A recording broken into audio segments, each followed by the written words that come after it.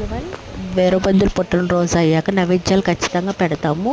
కోడిని కోసి ఇంట్లోనే పుల్లల పొయ్యి మీద కాల్చి కోడిని ముక్కల కింద కోసి అల్లం వెల్లుల్లి పేస్ట్ పసుపు పట్టించి పక్కన పెట్టేసుకొని పెరుగు తర్వాత పుల్లల పొయ్యి మీద దాక పెట్టుకొని వేరుశనగ నూనె వేసుకుని ఉల్లిపాయ ముక్కలు పచ్చిమిర్చి వేగాక కలుపుకున్న చికెన్, ఇది బాయిలర్ కోడి, టేస్ట్ చాలా బాగుంటుంది. తర్వాత పసుపు ఉప్పు కారం వేసేసుకుని మగ్గనివ్వాలి. మగ్గిన తర్వాత ముందుగా మసాలా పొడి రెడీ చేసి పెట్టుకున్నాను.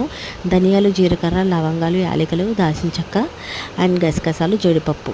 సో ఈ పౌడర్ అంతటిని వేసుకోవాలి. అంతటిని అంటే ఒక 2-3 చెంచాలు వేసుకొని మగ్గనివ్వాలి. తర్వాత వాటర్ కొత్తిమీర వేసుకొని దగ్గర గంట ఉడకనిస్తే పుల్లల పొయ్యి మీద చికెన్ కర్రీ అయితే చాలా టేస్టీగా ఉంటుంది.